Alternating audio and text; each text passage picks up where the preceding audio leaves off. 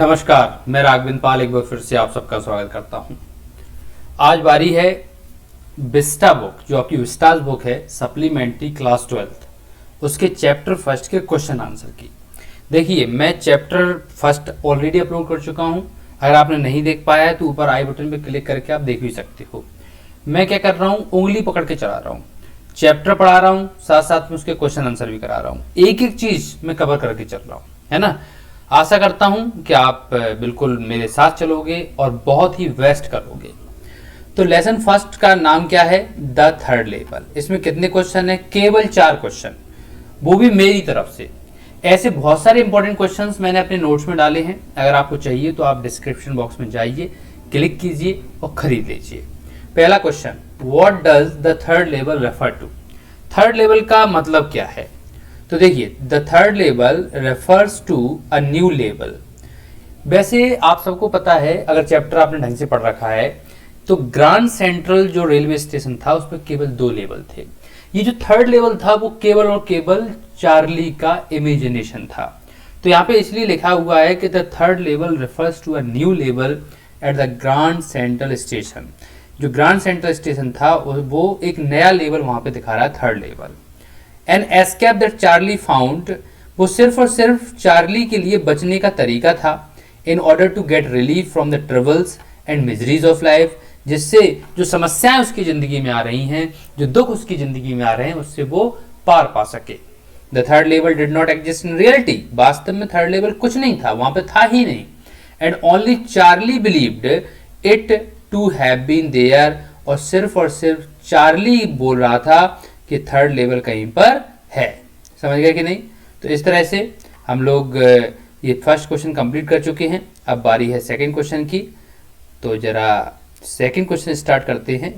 थोड़ा सा ये साफ कर दूं इरेजर से। हाँ जी, चलिए सेकंड क्वेश्चन शुरू करते हैं। सेकंड क्वेश्चन क्या कह रहा है? सेकंड क्वेश्चन कह रहा है कि would Charlie ever go back to ticket counter? क्या चार्ली टिकट काउंटर पे कभी वापस गया? On the third level to buy tickets to Galsburg for himself and his wife.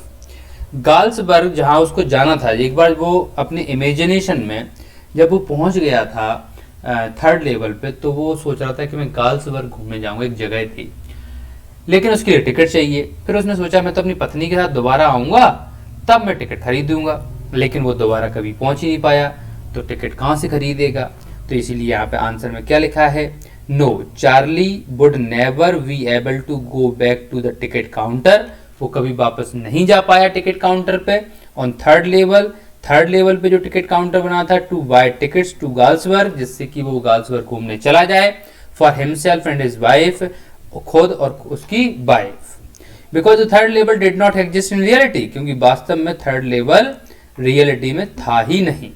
It existed only in Charlie's imagination, तो सिर्फ और सिर्फ Charlie के इमेजिनेशन में था ओनली। क्लियर हो चुका होगा। 2 क्वेश्चन हम कंप्लीट कर चुके हैं। 2 क्वेश्चन और देख लेते हैं। मेरे नोट्स में केवल 4 क्वेश्चन हैं। Third question, do you think that the third level was a medium of escape for Charlie? क्या आपको लगता है कि जो थर्ड लेवल की कहानी है वो सिर्फ और सिर्फ चार्ली इसलिए कह रहा है क्योंकि उसको इससे बचना है? अगर ऐसा है तो वाई? तो देखिए, the Grand Central station had only 2 levels. Grand Central station के सिर्फ 2 लेवल थे। The third level did not exist, third level था ही नहीं। It was only a medium of escape, ये सिर्फ और सिर्फ चार्ली के लिए बचने का तरीका था। He saw world of 1890s, उसने जब वो अपने इमेजिनेशन में थर्ड लेवल में पहुंच चुका था, तो उसने देखा कि 1890 का जमाना आ चुका है। And a newspaper published on 11 जून 1894, और एक न्यूज़पेपर वहां पे रखा था जिस पे डेट लिखी थी 11 जून 1894, यानी कि 90 वाले जो 1894 वाला जो साल था वहां पे वो पहुंच गया था। आफ्टर अरेंजिंग ओल्ड करेंसी, अब भैया ओल्ड करेंसी तो अरेंज करनी पड़ेगी। He could not find the third level, अब दोबारा जब वो पहुंचना चाहा थर्ड लेवल पे तो पहुंच ही नहीं पाया। मोर ओवर, और सबसे बड़ी बात कि उसका जो साइकेट्रिस्ट फ्रेंड था, उसकी वाइफ थी, उन्होंने भी एक्सप्लेन किया उसे कि थर्ड लेवल वास्तव में रियलिटी में नहीं है, क्यों फालतू चक्कर में पड़े हो, लेकिन उसका दिमाग मानने को तैयार नहीं था। क्लियर हो चुका होगा। Question 4, what do you infer from Sam letter to Charlie, आप क्या अंदाजा लगाते हो सैम के लेटर से चार्ली के लिए। तो देखिए, वन डे, एक दिन, Charlie found an envelope, Charlie को एक लिफाफा मिला in his collections of first day covers, जहां पे एक फर्स्ट डे कवर वहां पे मतलब खाली पेज रखा था। It had the address of his grandfather, जब उसने उसको देखा तो उस पे ग्रैंडफादर का एड्रेस लिखा था। The postage stamp showed the picture of president Garfield, और वहां पे प्रेसिडेंट गारफील्ड की पिक्चर लगी थी, और उस लेटर को लिखा गया था 18 जुलाई 1894, यानी कि दोबारा वो अपने इमेजिनेशन में जा चुका था।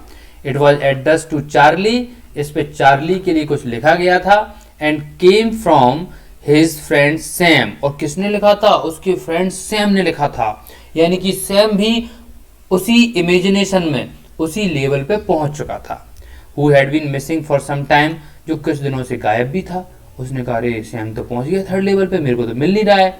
The first day cover generally contain a black paper, normally first day cover पे एक ब्लैंक पेपर होता था, but this cover had a letter for Charlie, लेकिन इस कवर के ऊपर एक लेटर था जो चार्ली के लिए लिखा गया था। इन द लेटर, इस लेटर में हिज फ्रेंड कन्फर्म्ड, उसके फ्रेंड ने कन्फर्म किया that he had found the third level, कि मुझे थर्ड लेवल मिल गया है, and invited Charlie and his wife, और चार्ली और उसकी वाइफ को इनवाइट किया टू ज्वाइन हिम, कि आप भी आ जाओ यहाँ पे।